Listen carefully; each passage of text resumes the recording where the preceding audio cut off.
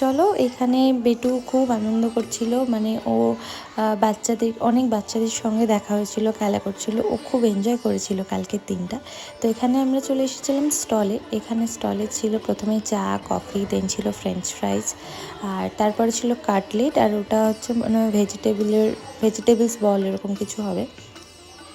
আর এখানে ছিল স্যালাড, এখানে ছিল জুস, জিলিপিও ছিল। তো আমি ট্রাই করেছিলাম যে এই ভেজিটেবল বলসটা আর কাটলেটটা। তো আমার যে ভেজ বলটা ছিল ওটা বেশি টেস্টি লেগেছিল কাটলেটটার থেকে। কাটলেটটাও খারাপ হয়নি, ভালোই হয়েছিল। তো এখানে আমি ট্রাই করেছিলাম এই দুটোই। আর পরে বাবাই ফ্রেঞ্চ ফ্রাইজ খাচ্ছিলো, ওর থেকে আমি একটু টেস্ট করেছিলাম। চা কফি আমি খাই না অনুষ্ঠান বাড়ি গেলে, কারণ আমার জিভ পুড়বেই, এটা হবেই, তাই আমি ট্রাইও করি না।